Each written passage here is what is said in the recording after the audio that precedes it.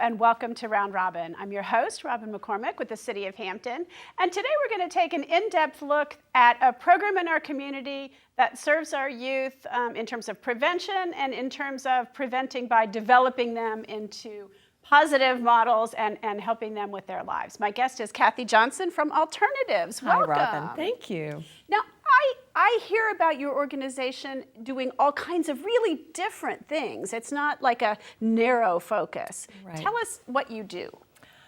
Well, we do a lot. And we have a variety of programs and services that we provide in really both Hampton and Newport News.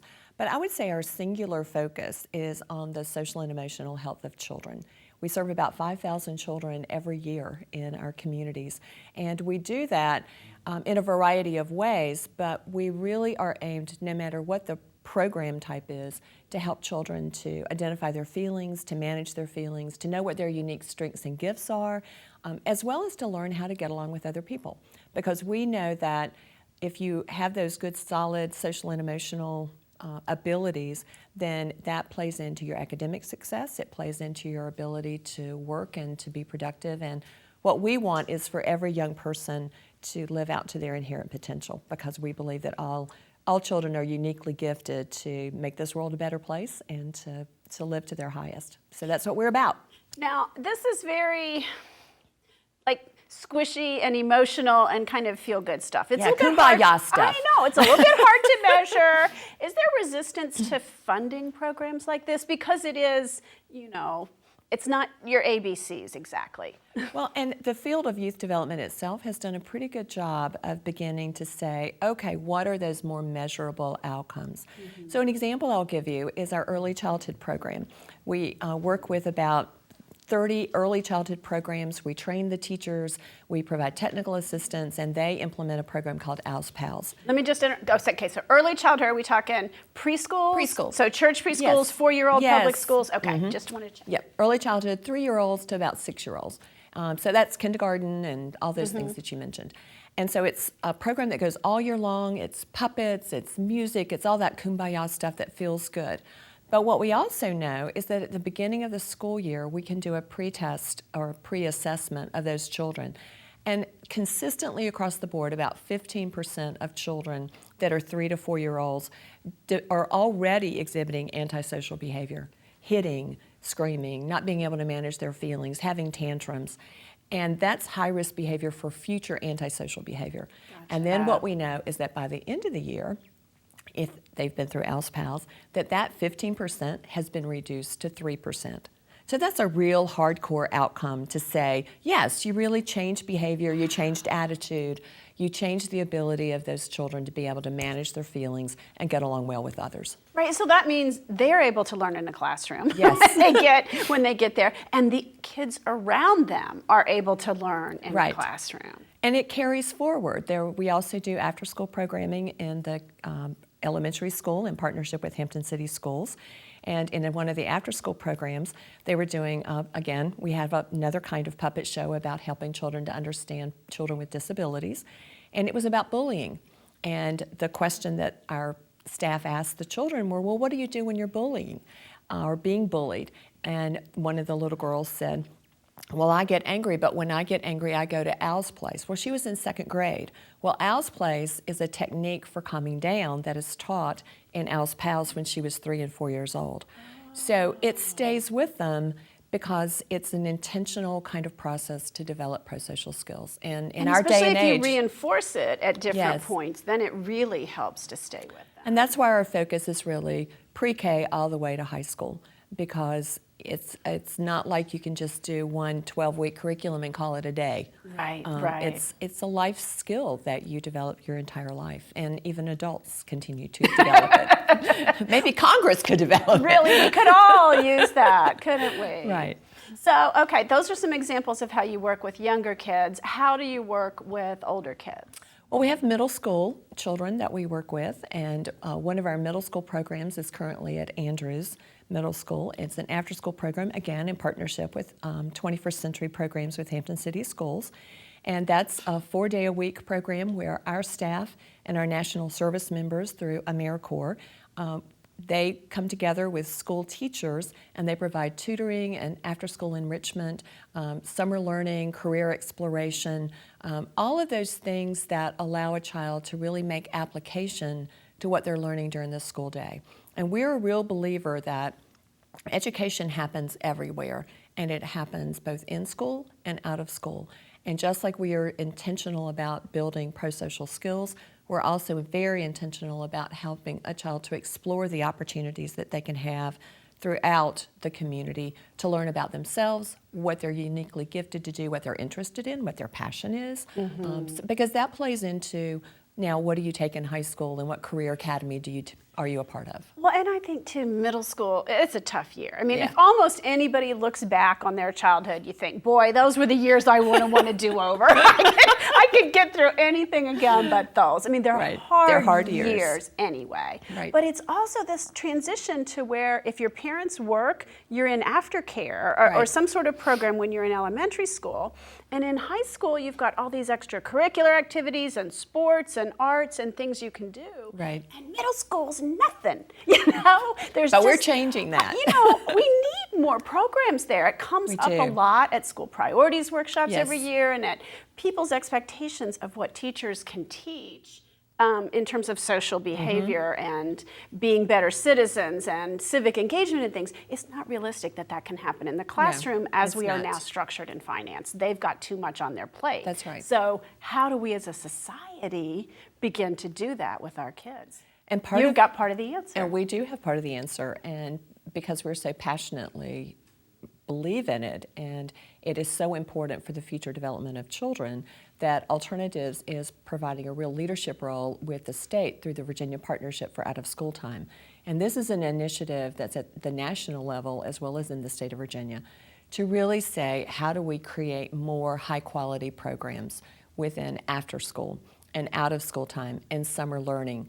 Because the statistics tell us that if a child has access to quality after school time, to summer learning, then that risk of academic achievement gap is diminished. And so that affects on-time graduation rate, that affects the school dropout rate, that affects workforce development, because you've narrowed that gap that sometimes socioeconomic factors can create. Well, and also you give kids positive things to do instead of hanging around in groups on the streets, bored, nothing to do, can get into a hopefully minor, but still antisocial behaviors. Well, and even if it's graffiti, not, you know, it could be little stuff. And even if it's not that you're hanging on the street with your friends, even more likely than that, you're going home after school to perhaps an empty house, or you're caretaking a younger sibling because your parents are having to do 2 or 3 jobs. And so therefore your ability to really explore or find new careers or that kind of thing, or even visit museums, even the local museums that we have. In our program at Andrews, it's amazing how many children have not been to Buckrow Beach or have not been to the Hampton History Museum or to the Virginia Air and Space Museum. And as funding really gets diminished for pre-K and K-12 education, then it even becomes more important for out-of-school time opportunities to happen. Because you lose those field trips, you lose those enrichment programs. Exactly. Or, they've become very focused on sort of the basics. And, protecting those from funding cuts by having to make other choices. And then our work also extends to high school. And so at the high school level, we engage young people to be peer educators and to train other young people. And so we have national service members, again, through AmeriCorps, that provide... and let's just for a second, people who may not be familiar with AmeriCorps. Oh, absolutely. These are kids just out of college, typically, who are, it's sort of like the Peace Corps in America. Exactly. It's almost volunteer. I mean, they don't get paid very much, but they do get a stipend. They get a stipend. But who want to give back. Exactly. And who... and it's very much a win-win for our, we currently have college students, but we also have post-college students, we also have adults. And this might be career switchers, that might be people coming from the military who don't quite know what they want to do in terms of their next career. So it provides them an opportunity to have a living allowance and a stipend, to give back to the community, to really gain some hands-on experience, to form relationships and networks in a community, and also to receive training. We train our AmeriCorps members very intensively regarding positive youth development and prevention and best practices. So frequently, our AmeriCorps members leave and go for Teach for America, or they may become employed by Hampton City Schools as teachers, or they may become employed through Parks and Recreation as after-school workers. So it becomes also almost like a career track for them. But in some ways, too, it's slightly older adult, Yes. young adults mentoring Yes. teenagers, and then Who the then in teens turn mentor the younger children. kids. So we call it a cascading approach. Okay. Sometimes kids don't really listen when I talk. Like, they're used to their moms talking at them and their teachers talking at them. And when it's somebody a little closer to their own age and experience, maybe they Right. feel more comfortable. Precisely. And especially when you're, like in our case, say with Andrews, when we really want those middle schoolers to begin to think about college or career or what they want to do. For me to talk about it, I only have the context of what it was like X number of years ago, which was way too many. 1 or 2 years ago, right. But for a current Hampton University student who's serving in AmeriCorps, to talk to them about, well, this is what life is like at Hampton University. And these are the kind of extracurricular things you get to do. These are the fun things as well as the academic things. This is what I'm going to do when I graduate. That makes it much more realistic and relevant to the day and age that these children are living in. Right. And so that has an incredible added value for the children. So Kathy, who pays for this? Everybody. It's got to be, it's sort of cobbled together funding. Right. It's not a city department. No. You're a nonprofit. Right. We are a community-based nonprofit, and so as a result, we have certainly we have wonderful donors. Ferguson Enterprises gives us funding every year, which is wonderful because that's unrestricted dollars that can help us to leverage other grants and other things. Mm-hmm. So we have corporate funding through Ferguson. We are a United Way agency, so we're certified through United Way, which is wonderful for us as a community-based nonprofit. So we receive funding from them. We do have a contract with the City of Hampton. For specific services. For specific right. services. We do partner with Hampton City Schools for grants. So we have some grants from the Department of Education. We also have grants through the federal department of the Corporation for National Community Service funds the AmeriCorps program. And then we also have individual donors and people that are part of the Alternatives family is what we call it, that really help to support our program. So volunteers, people who've either benefited or who have Yes. seen your program in action that Yes, continue that continue to support us. Support financially as well as. Do you have a lot of volunteers too? Or is it mostly more of a trained professional? Mostly it's through the volunteers that we have are through AmeriCorps and through the National Service Program. Okay. Now, one of the other, do you also do drug and alcohol prevention or? Yes, and what we know about prevention is that the best form of prevention is good, solid, social and emotional, positive youth development work. So it all really gets back to that, to teaching them to learn how to handle their feelings, Yes. to be, to have more self-confidence, to understand their future, because get along well if you with are others. planning for a future, you're probably not going to derail that. Right, with, because when you're doing positive youth development, it's not just about the young person. It's also about how are you creating access in a community for them to form positive, supportive relationships with other people, to have opportunities to explore their interest and to experience life in a fuller and more richer way. And whenever you are doing that, then you are putting them on a trajectory so that they have a fulfilling life as opposed to trying to figure out how do I survive. And that's a very big difference. And if you're trying to figure out how to survive in your life because of poverty or your family circumstances or whatever, then being involved in a gang makes perfect sense because it's a great place to belong and it's a great place to survive. But if you're about thriving, then we as a community have to help children to really develop those supportive relationships, opportunities, so that they can thrive. And that's what Alternatives is about. That's exactly. wonderful. Okay, if we were interested, we only have a certain amount of time today, Yes. but if somebody out there wants to know more about Alternatives, how can they get some more information? Well, they can go to our website, of course, www.alternatives, altinc.org.